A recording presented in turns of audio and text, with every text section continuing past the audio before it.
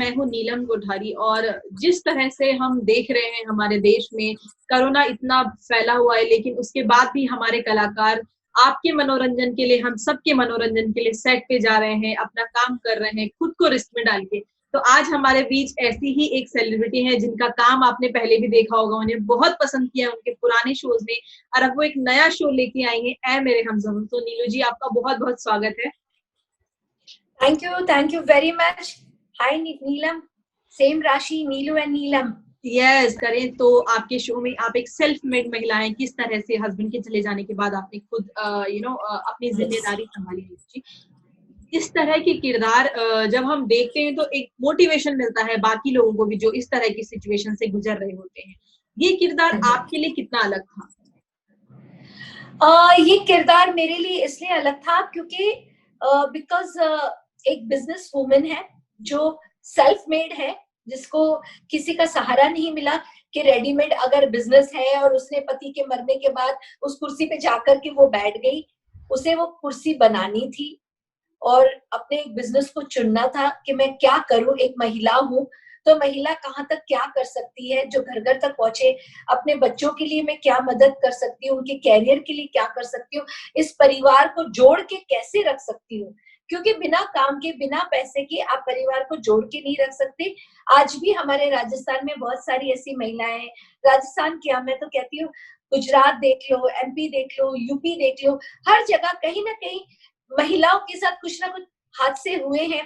कई लोगों को तो यंग मतलब बहुत यंग है और उनके साथ ऐसे हादसे हो जाते हैं क्योंकि हस्बैंड जो है वो एक्सीडेंट में चले गए और ससुराल वाले उन्हें आगे बढ़ने नहीं देते, छोटा सा बच्चा गोदी में है, वो डिपेंडेंट है सब पर कि ये मेरे बेटे को कहीं एडमिशन करवा देंगे या ये लोग मेरे बच्चे के लिए कुछ कपड़े खरीद लेंगे। तो वो सारी चीजें जो थी, तो ये कैरेक्टर वो है जैसे प्रतिभा देवी जी ने ये कहा है कि अगर ऐसी नौबत आए, ऐसी मुसीबतें आए तो अपने परिवार को छोड़ो मत, उनका सम्मान करो, लेकिन आगे बढ़ने के लिए आपको कदम उठाना ही पड़ेगा।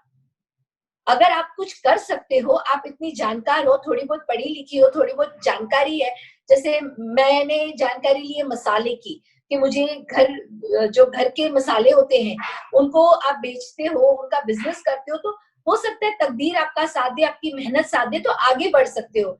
तो वो आप अपने पैरों पर खड़े हो, आप किसी पे डिपेंडेंट नहीं हो कि मुझे ये पैसे देंगे तो मैं अपने बच्चे की फीस भरूंगी, ऐसा नहीं है।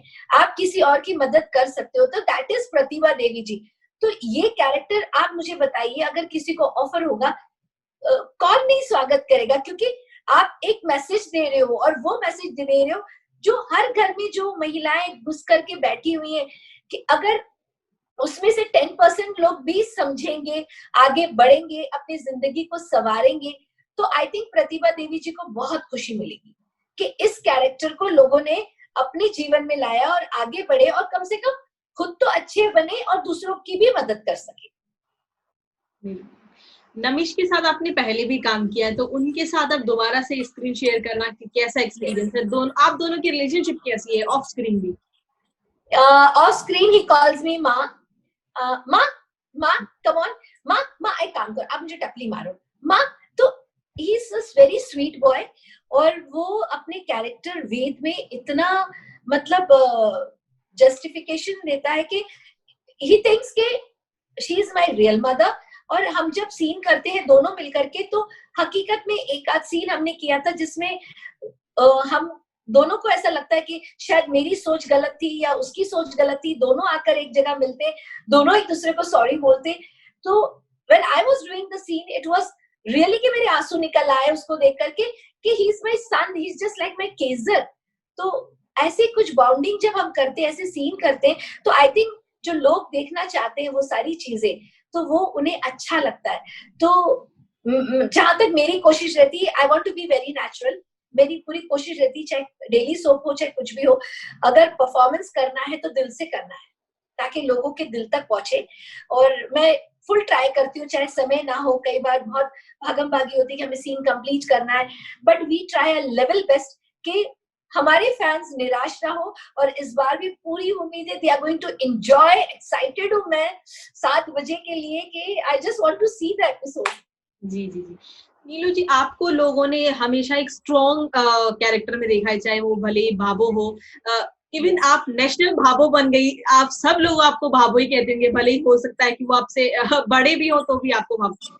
उस कैरेक्टर से निकलने में कितनी मुश्किल हुई और क्या अभी भी आपको उस तरह के कैरेक्टर मिलते हैं?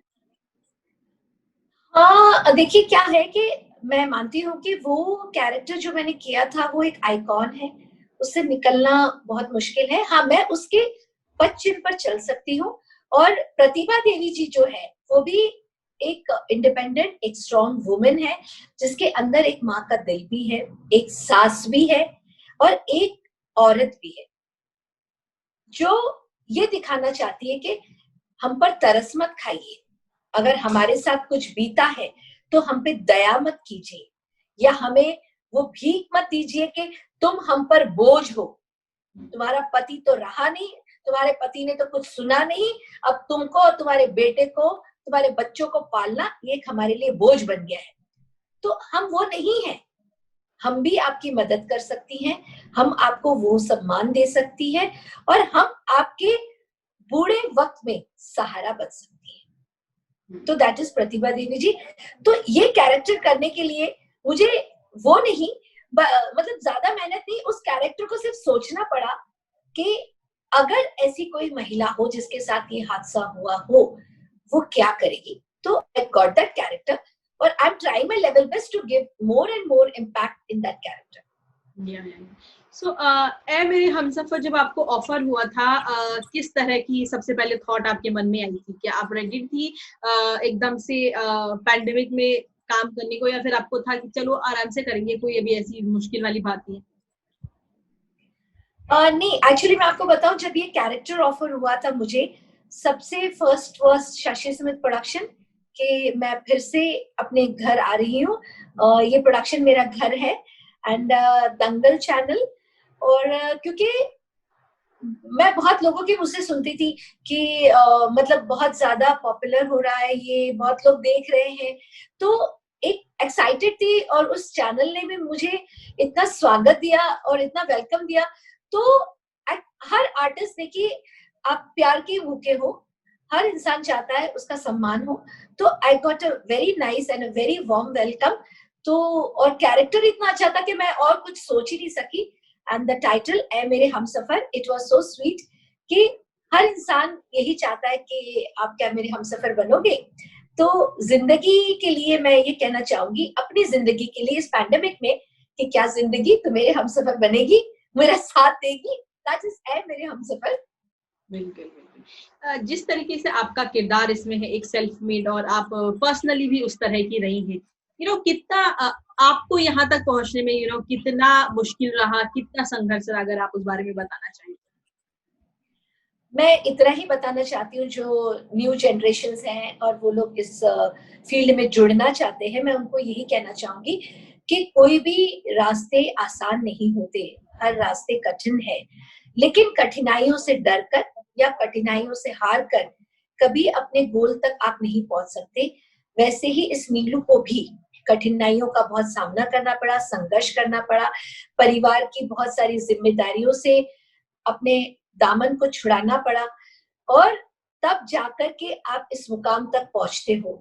कई बार ऐसा होता है कि आपके बच्चे बीमार हैं, तब भी आप शूट करते हो। मेरे पापा की डेथ हुई तब भी आप शूट करते हो। मेरी मम्मी के साथ प्रॉब्लम्स हुई तब भी आप शूट करते हो, आपको काम करना पड़ता है। तो this is the thing, this is the woman, this is the महिला, and we have to go on.